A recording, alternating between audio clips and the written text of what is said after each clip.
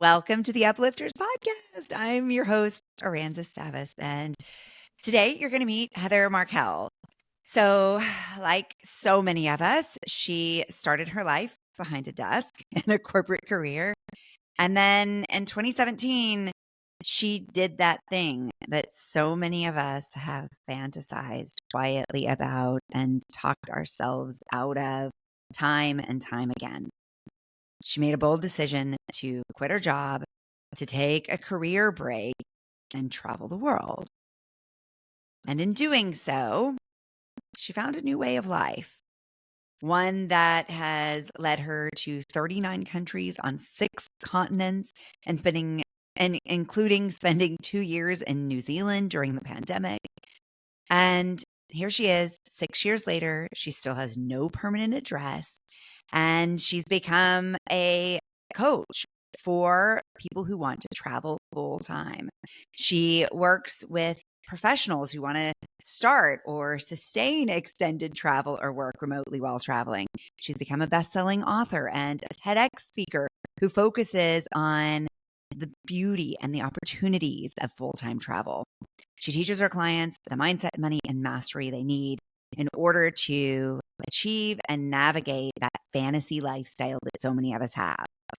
And she has empowered so many people through that work to live their fantasies. And I'm so excited to have Heather join us today to tell us what helped her find the courage to make that big change, and then how she helps others navigate change as well. Heather, thank you for joining us on the Uplifters. Thank you for having me. That was quite an introduction. Thank you. It's a really exciting thing you've done here.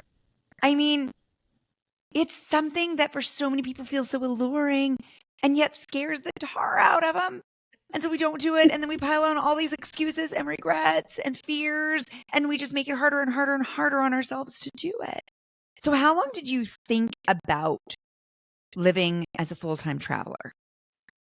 So I never, when I thought about it, I didn't see it as a lifestyle. I just saw it as a Mhm. like, oh, I'll just go, quit my job, do this for a bit, and then go back to real life afterwards. And I had that thought for a good 10 years. I mean, it was, I mentioned in my TEDx talk that I lived with a French host family in 1986.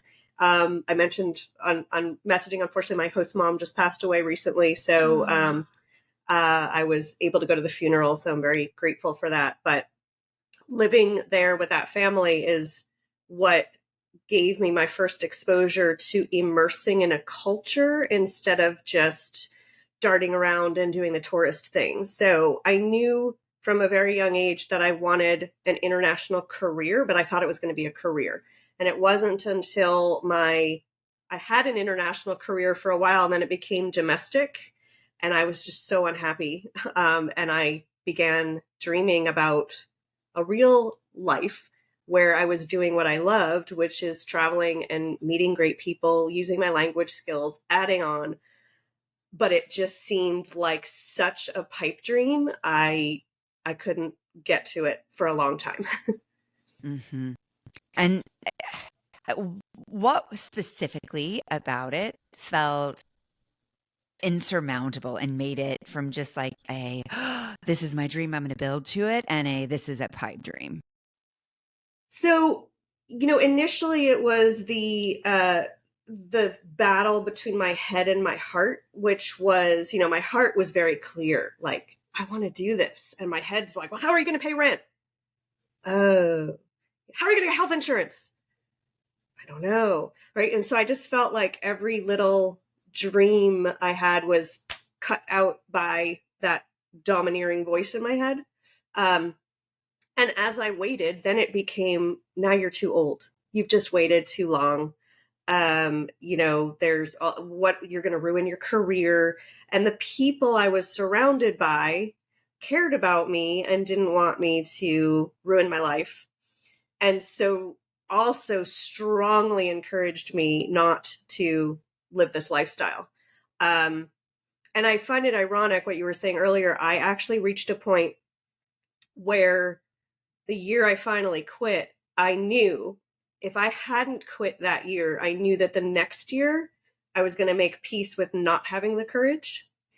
And just, because I spent one of the images in my head that helped me was, oh my God, I'm going to be 90 and I'm going to look back at my life and wonder, what if I had had the courage to do this? And I'm going to be so regretful about not doing it. But I realized, oh, that's what's going to happen. And I'm going to make myself okay with that. And ironically, when I got stuck in New Zealand for 2 years in the pandemic, I would have been stuck in a tiny apartment for 2 years, probably going stir crazy, looking out the window. Instead, I got to walk around in nature and had a year of no COVID and got to live life, travel. So, I'm so glad I made the decision I did. Yeah. And what in that moment, you had that image of yourself and you said, if I don't do this now, I will be 90 and I will be living with regret. And so, did you dip your toe into the water or did you just say, to heck with it, I'm going full in? So, what happened for me was that every year, these 10 years that I dreamed of this, in January, I would say to like one friend or to myself, this is my year. I'm going to quit this year. And I'd get to December, I hadn't quit. And then I'd get depressed for a week, beat myself up about it, clock reset with January, do it again. And I repeated that for about 10 years. And on the 10th year, that 1 week depression lasted a month. And then I felt a pain in my chest. And I knew from several years earlier, I had been in the wrong relationship and had that same head heart conflict. And I felt a pain in my neck that became 2 herniated discs that were the most excruciating pain I had ever felt, and which are, I still have them, right? And when I felt this pain in my chest, I said, no, that's it. I'm not turning this pain into some debilitating health problem. I'm out. And then I set that year, because that was January. And then I said, well, if I think I'm going to quit this year, I better, step up to the plate here. And Mhm. I allowed the universe to sort of like, I grabbed onto anything that I could say was a chance to prove to myself that I was ready, and I did it. And there were 3 kind of things that came up, and I stepped up to all 3. And then that was it. So when I quit, it was really anticlimactic, actually. Wow. I so relate to that story on so many levels. And for me, it was this I should leave, I should leave, I should leave. And then each year, the response sounded like, but is it really better on the other side? I mean, there's so much you can tolerate about this and that you Yeah. kind of like about this. And it wasn't until I got really specific, and I think I've shared this on a prior episode, but I set a deadline for myself and I said, I will leave on March 1st. And I Yep. didn't. And then I got laid off 2 days later. Womp. Yep. Yep. I was like, okay, universe, I hear you loud and clear. I get it. I get it. And it was that freedom then to say, okay, I don't know if I'm going to like this better. I don't know if this is going to be perfect or everything I dreamed it would be, but it's going to be different. Yep. And so, what were those early days like for you? So when I first quit, you mean after quitting? What was that like? Yeah. Well, it was so funny because I thought, okay, I've done it. I quit. Like, I've taken this huge step. All right. And then I went into a frenzy because I had to figure out where to go as my first destination. And you'd think I'd just be like, because I can go anywhere. And I was paralyzed for 2 weeks. It was a drama. I did pendulums. I did pros and con lists. I couldn't figure out where to go because suddenly this small world was huge. There's a lot of airports. And I'm like, I don't know where I'm going. And so I picked Costa Rica eventually freaking out about, do I go into Liberia or San Juan, and how do I get around? And this island is so big. Like, what am I doing? So the initial period after I did it was this complete craziness that I didn't expect. And then I went, and I remember when I was online for immigration in Costa Rica, I felt my heart thank me for doing this. And I was like, wow, like I Oh, just melted. what did that feel like?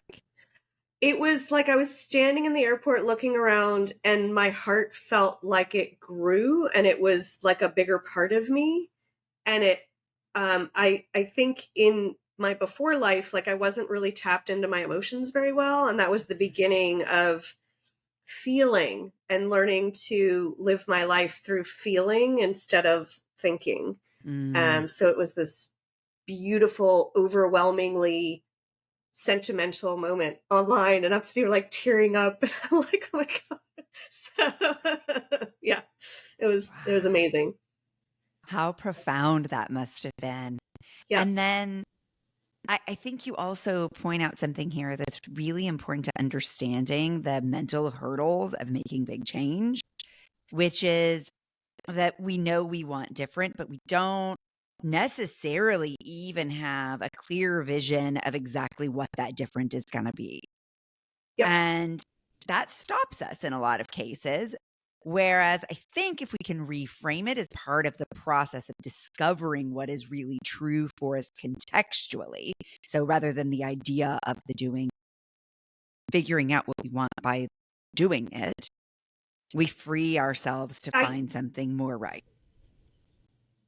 I think that society, and especially if you are or have been in corporate, trains us to be goal oriented, and that a goal is a very specific thing that we want, and it looks like exactly like this, and these are the steps we need to take to get to it, and if something goes astray, you tweak it, but you're arriving here. And the life I chose was a very nebulous one. I didn't know, I mean, what am I, how do you set the steps? How do you, like, what exactly am I doing? And I've learned from the lifestyle that I think it's a lot easier and a lot more rewarding to set goals that don't have a exact, like, don't be married to the exact picture. Okay, I might want to um go to Honolulu, but instead of saying I want to go to Honolulu and I want to stay at this hotel and I want every day to be, sunny, and I'm going to do, diving and this and cooking, like, instead of all that, it's like I'm just going to get to Honolulu. And it might be, you might get there by a direct flight. You might win a prize on a radio show that gets you, like, a free round trip ticket to Honolulu. I don't know how, I don't know how it's going to happen. And then when I'm there, I'm not planning out every moment. It might be, I might go diving. I might just sit on the beach. I might, who knows? Because when we let go of thing being the fixation of things being perfect or exactly some way, I think it removes some of the stress and the pressure and the detail of getting to it, because it allows our heart to be involved in the process. And I have found it much a much more rewarding experience to make goals based on feelings Yes. rather than, the logic, because then it's like I know what I want to feel like. And now, but I will say, before I wasn't tapped into my emotions. So I don't know what I'm feeling. Right. So you got to learn how to tap into that and feel. And then you just arrive at a place and you're like, there's that feeling. Or this is an absence of that feeling. So I need to tweak something. So it's a whole different Uh-huh. way of approaching goals. Heather, that is so good. And I think it applies, obviously, yes, to travel or not to travel, but it also applies to relationships and to career and even to parenting. And I mean, I think friendship, I could go on and on to every major domain of our lives that being feeling led as opposed to stuck in the specifics. And I talk about this all the time about falling in love with my husband, that it was about how I wanted to be loved, not about the specifics of what his height would be or his hair color. Yes. And all of those specifics, like, I don't know, maybe in my mind, it would be nice to sit next to no one on the plane and to have 6 hours to sleep and watch movies uninterrupted.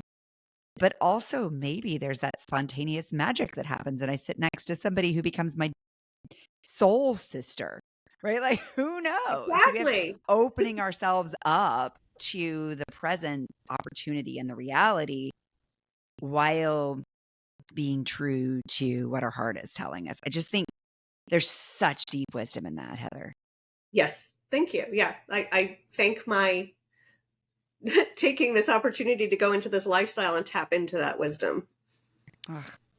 And so, just continuing on with your story a little bit more, you went on this first trip, and what happened? So a very early thing that happened, it was very funny. So I'm in this van. I'm like traveling solo, by the way, for 6 years, and I knew Liberia wasn't the safest of places. That's the airport I flew into, and so I like booked a shuttle, and we're driving along, and we pass this sign that says zip lining, and I've never heard of zip lining at this point. So I asked the driver, what is zip lining? And he basically explains to me, you like hang from a thread like that's thousands of feet in the air and you slide down it. And I'm like, that's just stupid. Like, not just is it unsafe, it's totally stupid. Like, I would never do that. What?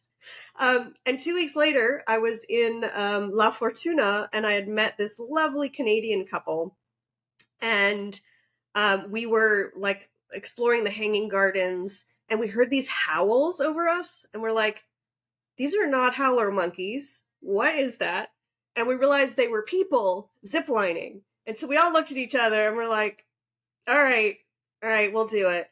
And we go to Monteverde, to the Salvatora Park, I think it was called. And there's like 17 cables. And I'm thinking like, oh, is that like one long cable that's got, how does this work? But no, it's 17 separate cables. And so the when they strap us in, and the guy that does the final check, he looks at me and he says, I hope I'll see you later. It's just, I'm the whole way to the first cable. I'm like, oh my God, I could still turn back. I'm like, I feel my limbs are getting heavier and heavier. And we get to the first cable, and I'm like, okay, if I look down, I'm like, this isn't so bad. If I fall off this cable, I'll break some bones, but I'll still be alive. It'll be okay. And it was the old school one where you have a glove on your hand, and so you're like, you know those I don't know, there's clips you can people like put a clip on their belt, and you can put big key rings and stuff like that. It Yeah. seems like a big one of those clipped onto the Belay cable clips. with. Is it? And then I've got a glove on my hand to like slow me down, and I'm just like gripping because I'm just terrified. And I don't know how I managed to smile. There's a guy taking pictures, and I like smiled. But by the end of the third cable, I had gripped the cable so hard that literally my arm was like stuck, and I had no power left. Like I couldn't do it.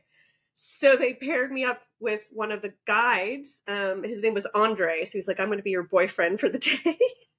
Like, so I feel like he interconnected with me. I felt like we were doing Kama Sutra poses, like to like go down the cables together. And so it was such a relief because he was talking to me and distracting me from the whole experience.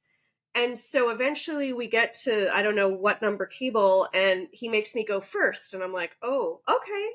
So I go off first, and I'm like chit-chatting, blah, blah, blah, blah. And I'm noticing Andre's not answering me. I'm like, what? And I turn around and I see Andre hasn't left. He's let me go down by myself. So, Oh. and I was like, I'm okay. And then I relaxed into it. And by the last cable, I was howling. Like, I was like, I get it. So it was one of those experiences where I will say, I don't know that I will ever do it again, but, I, it was so scary. And I'm like, I wonder, was this more scary than quitting my job or not? It's this whole Yeah. self-reflection going on. And, this is definitely something I would never have done if I hadn't quit my job. And, uh, for months, like I used to be, oh, sometimes now I still am, but like on a boat, I have like, when little boats move, I'm like gripping on, like, oh my God. And like, I don't like turbulence. And for a while, like I had no fear. I was just like, it's okay. Everything's fine. It's all going to be good. Um, so it was this amazing experience of, and I think it mirrored, like, it was like I caught up to myself and my own courage in Mhm. my life, through that experience. And the other big thing that happened in Costa Rica was the meltdown, because that when you radically change your life and you've been Yes. like dreaming of this forever, Yes. right? Yes. The universe is totally going to give you some hardship that's going to have you have to prove, like, how badly do you really want this? And that came to me in Costa Rica when, I was in a national park, this beautiful national park in the middle of nowhere, trying to meet up with those two Canadians that I had ziplined with. They went off to Mhm. another city. And basically, I was staying in a tent on the beach, which sounds really romantic, except there were giant cockroaches in it. And I was like, all right, you don't bother me, I won't kill you. That was our deal. Um, so like there was a hotel manager that could have helped me, and I think he just didn't like his job and had no interest in helping. Um, so I couldn't figure out how to meet them. All I could figure out was it's either a dangerous overnight bus ride where I know after midnight I'm not doing that, or a really expensive flight.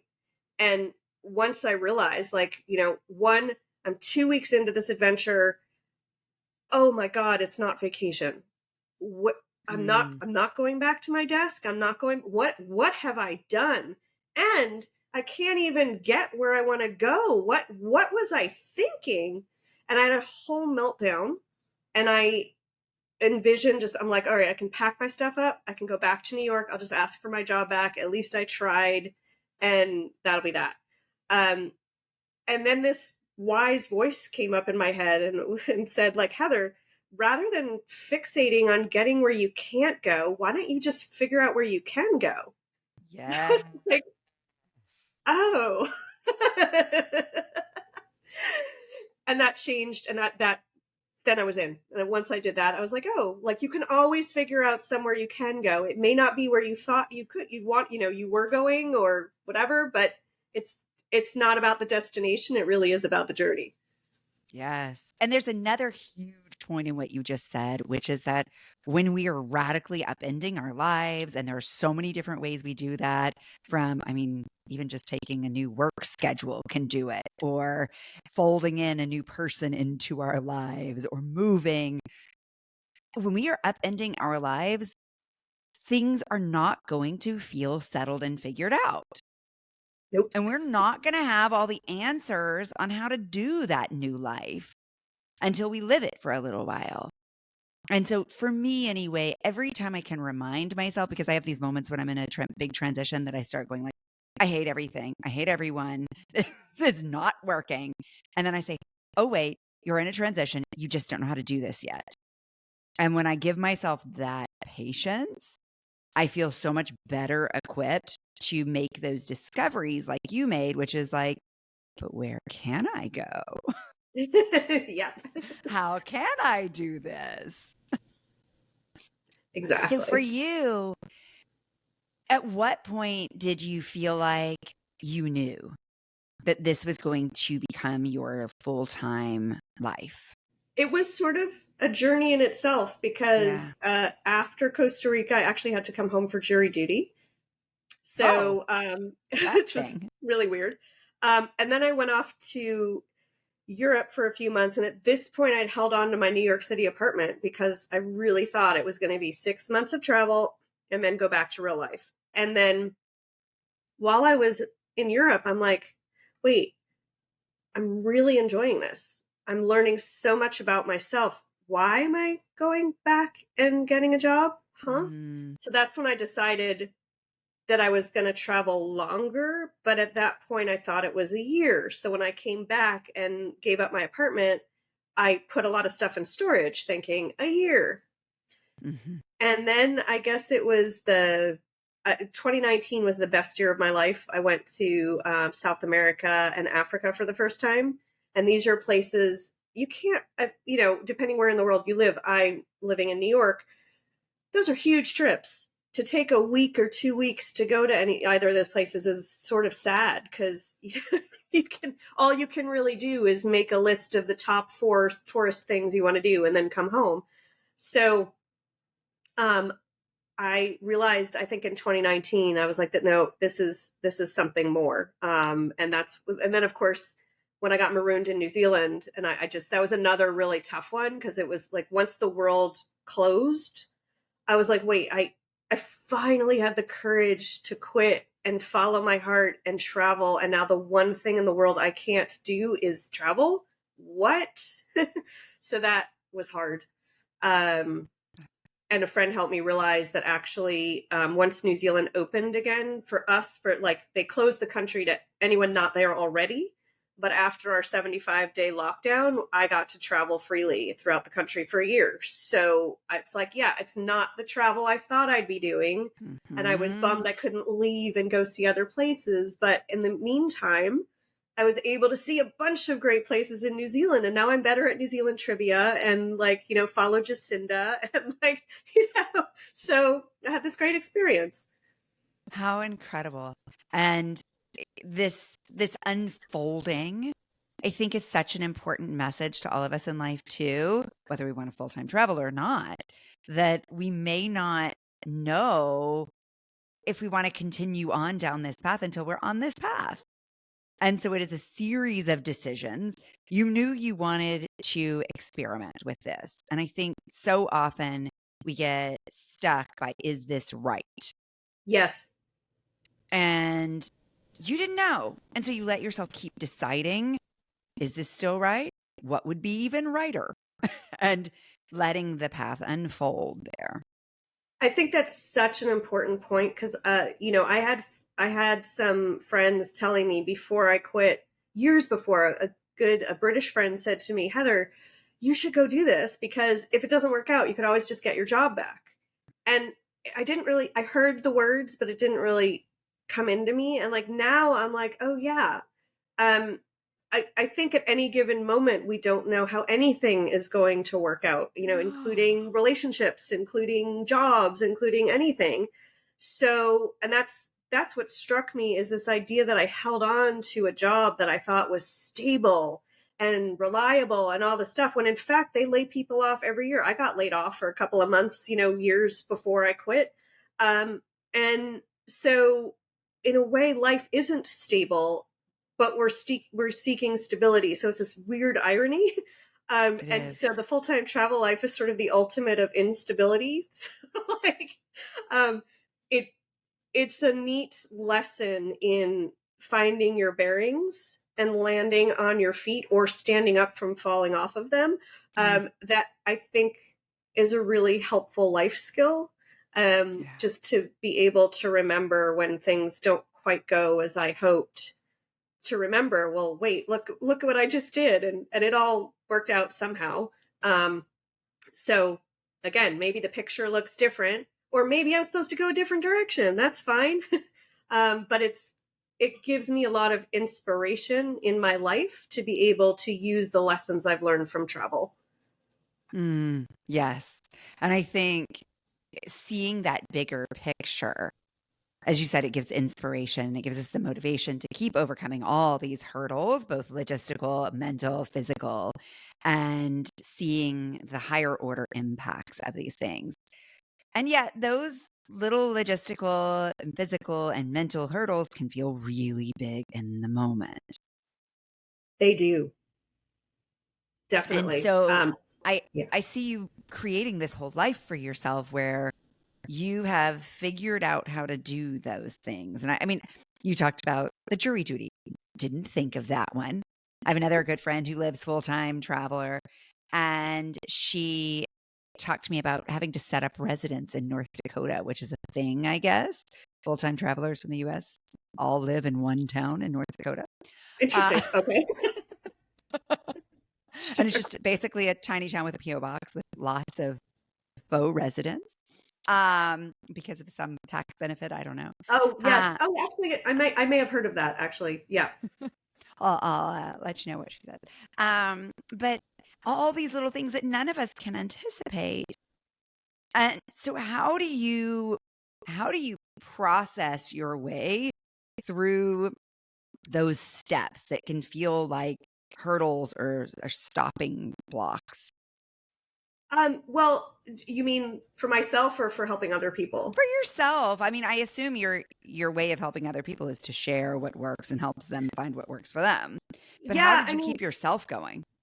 I think it's the first year was really surprising for me because um, I did not expect it to be such an inward journey. I thought I was going to see the world, but it turned out that the world was introducing me to myself. And so Oh, that's so beautiful. it was hard. It sounds beautiful, but it was actually not always Yeah. beautiful. There Yeah. was a lot I didn't like. And as someone that's done a lot of self development work, I've been trained as a professional coach. So, anyone that's done that training, I did a year-long training, it causes you to basically break yourself up into little pieces and pull yourself back together. And I thought I'd already done all that work, and yet here it was again. So I can say that this is definitely a life that is not for someone running away, because you will simply meet yourself, or whatever you're running away from will come meet you. And so I dove in. And it was really hard that first year, but I did a lot of writing. And I guess because of who I am and how I am, I actually just started journaling and writing down specific steps that I was living through in the moment. Because I thought, I don't know, somehow maybe this is going to be important stuff. And especially with my journey of the head and heart connection and all of that started. So um, I kept myself going by just reminding myself that this isn't easy, but I think Mm. it's worthwhile.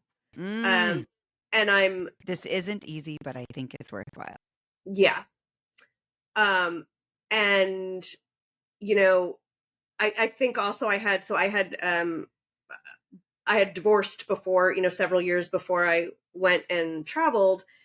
And that was what, I remember when making the decision to divorce. I mean, I said to my then husband, I said, this is not the easier path, but I think it's the right path. And that's Mm. sort of, I know that I made the right decision there. And in my travels, I was just reminded of that. Like, while yes, there's a definite search for the flow of ease that I'm looking for now in my life, back then it was really about um, going through the hard stuff to be able to get to the other side.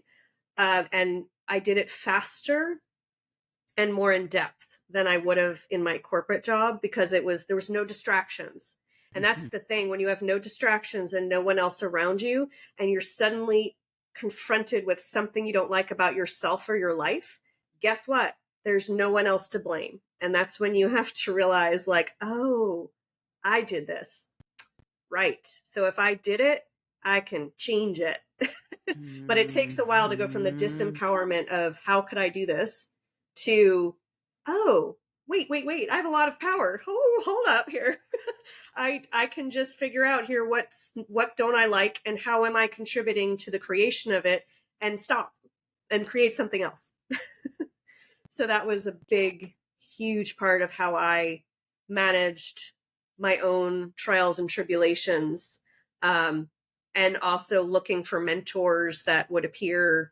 And yeah, I had some great people I met that first year that really gave me great role models of things that I was looking for to be able to grasp onto. So it was a process and a very worthwhile one. I think that so much about that is so reassuring. And that last point, I think part of what stops us from doing big, brave things is feeling like we're going to be doing them all alone and we're going to have to figure out all this hard stuff alone. But you're so right.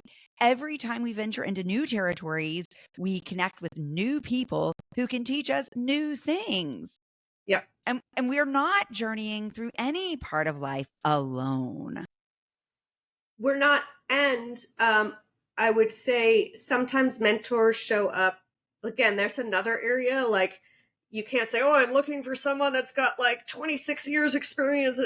No. And it's not always a a work thing. I mean, especially when it's a personal journey. I was surprised to meet a woman half my age who role modeled a specific skill set I was looking into. And like, I was like, I can't, like, I'm so bad at this. And I just watched her and I was like, oh my God, she's like 20 something and she get like, whoa, she gets this already. And I was just, so she was my role model. And, so they'll come as, you don't know what gender they are, you don't know what age they are, and it doesn't matter. It's just they model what you need in that moment. Yeah. I think too, speaking of age, that is a factor that stops a lot of people. Yep. So you're not 27. Nope. How old were you when you started this? Well, I'm mentally 8. So I keep my mental age. But no, I was 48 when I started. Amazing. Amazing. So you're this full grown woman with a life behind you and a life ahead of you. And you were able to make these changes because I do think there's this sort of old idea that we get sucked into that it's too late Yep. to change our lives. So what helped you manage through that? Well, I think first was that like I said at the beginning, I didn't think this was as long as it's turned into, but I just reached a point where, like, the culmination of the feelings in my heart and then looking around me, like, everyone says I'm supposed to hold on to my job and do all this stuff, but you know um year over year my salary increases were lower than my rent and cost of living increases. Mm-hmm. And then my health, and also the health insurance increases. So I'm like, I watched and I did my taxes every year. I'm like, why am I coming away with less money every year Mm-hmm. even though I got a Mm-hmm. raise? Like, something's just wrong here. And I'm basically dipping into my savings just to live my life here in an expensive apartment. And something about this just doesn't make sense anymore. So, um, you know, I guess at some point I just said, everyone, like, so many people around me think this is nuts, like a completely weird, wrong decision. And when I was able to say, this is about their fears, not my fears.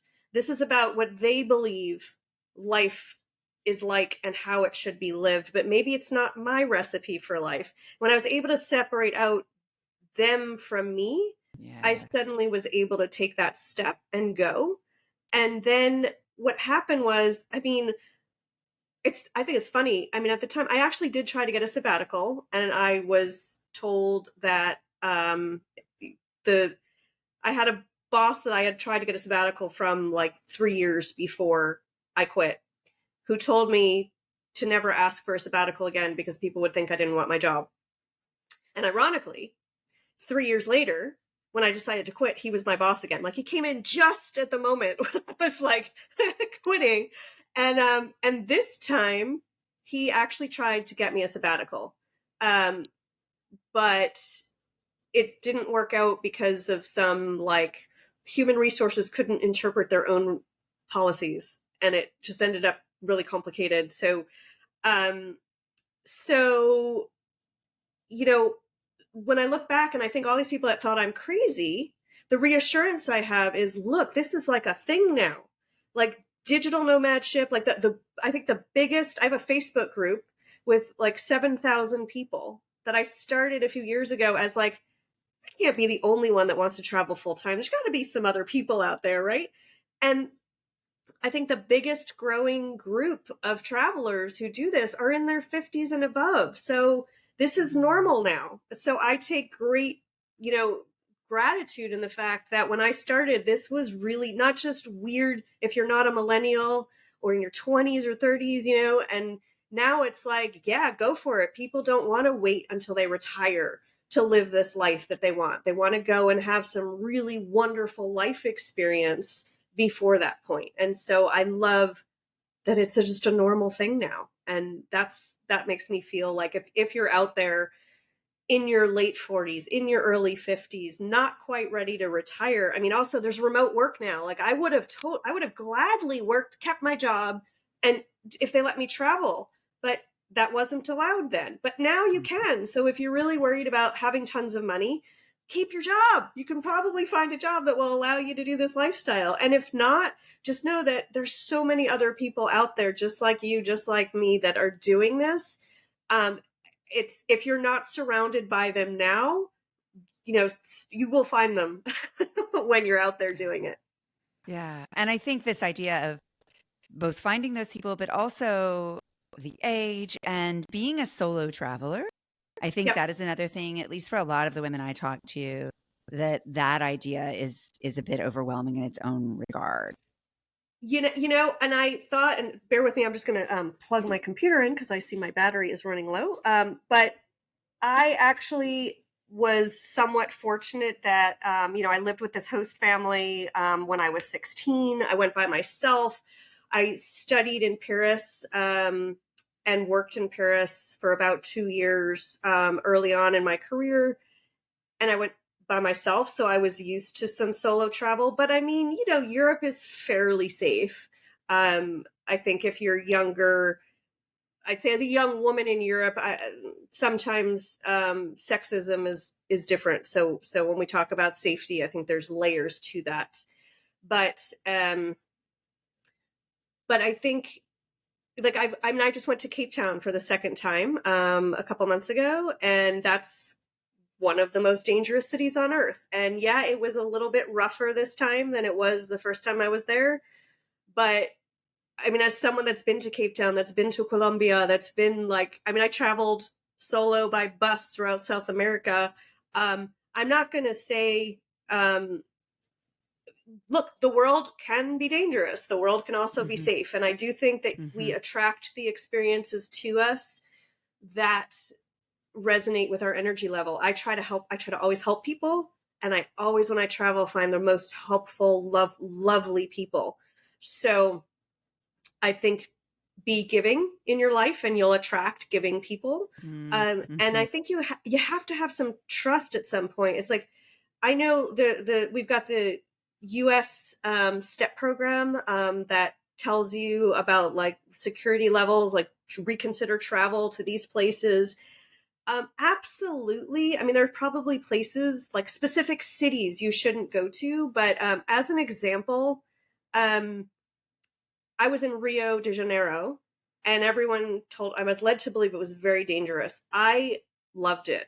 I don't know. I just had a great experience there. And I met I took a tour one day and the tour guide explained to me that a lot of the bad reputation they get is from the favelas, and that there are incidents that happen, but they're outside of Rio. They're like in the suburbs of Rio. But if you have never been to Rio and you're reading the newspaper, well, when you ask somebody where you're from and they're like, oh, I'm from Rose County. Where's that? Oh, it's close to San Francisco. Same thing. Where's the favela? Oh, in this, this tiny location. Where's that? Close to Rio. Well, so now we lump in danger with Rio because that's our only way to... It's close to Rio. Yeah. Right. And the same thing, there have been incidents here in New York City. I'm in Manhattan. If something happens in Brooklyn, that's not that close to where I am, and vice versa. So you learn like, oh, the world, number one, is made up of many different cities. and danger in a city does not make the whole country dangerous. Mm-hmm. Um, and that the people of any given country are not their government. And we know that our governments are constantly doing what they do. And then, but you're you, I'm me, and we may or may not agree with our government, and we're not we're not going to treat people the same way as the government. So, Mm-hmm. take that with you and know that when you go traveling, like um, there are the best of people in the worst of situations. Mm. I'm not condoning, like right now, probably wouldn't go to Israel, probably wouldn't go to Mm-hmm. the Ukraine. But, you know, I would go to Colombia. I just went to South Africa. Um, so I think I think that unknown is always a scary thing. It was scary when before I quit my job to, I didn't know what would happen to me. Um, I going to South America and Africa for the first time after having all of my travel pretty much be Europe and one trip to Australia. Like I didn't know what would happen to me. Um, yeah, you don't. But I do think, I mean, I have my own safety protocols and I take those with me. I teach those to other people. And I think if you find your path of behaving safely, that Yeah. will that will follow you throughout the world and keep you safe. And I think it is this building of confidence and clarity. And okay, yeah, start somewhere where you feel super comfortable and then expand the bubble as you feel more comfortable is really part of what I'm hearing in there as well. And then I Yeah. think the final big hurdle, at least I hear most often from folks, and I'm sure you know this so much better, is like, how am I going to make money? And so you talk about remote work. And then you're also demonstrating through your work how you can create a career that's right for your life. And just by the nature of your very existence that you've created here, I think we learn our own what's possible for us through hearing it in other people, just like you did with that 27-year-old. And so, what a celebration it is to look at you and to say, here's this person who did life one way, who wanted to do it another way. And despite all the unknown, all the hurdles, all the obstacles, all the people saying, don't do that. That's not how life is done. You did it and you're doing it and you're continuing to create it. And through that, both through your life and through your work, you're teaching others to do that. I can think Yeah. of nothing more uplifting. So, as we round out this episode, tell me briefly, what is the biggest thing you personally have learned on this incredible journey of journeying? Oh, wow. That's hard because there's so many So huge much. epiphanies. I think a big thing I learned, which created the hurdle and also eliminates the hurdle, is that you don't need tons and tons of money to be happy. It Mm, it's great to have it. I certainly like luxurious things, but I was really shocked. That was my first huge lesson, was that full-time travel was so much less expensive than a fixed life in one place. And, you know, in a fixed life with lots of money, you can buy lots of stuff. But it turns out having all that stuff made me less happy than traveling and having less stuff. So, mm.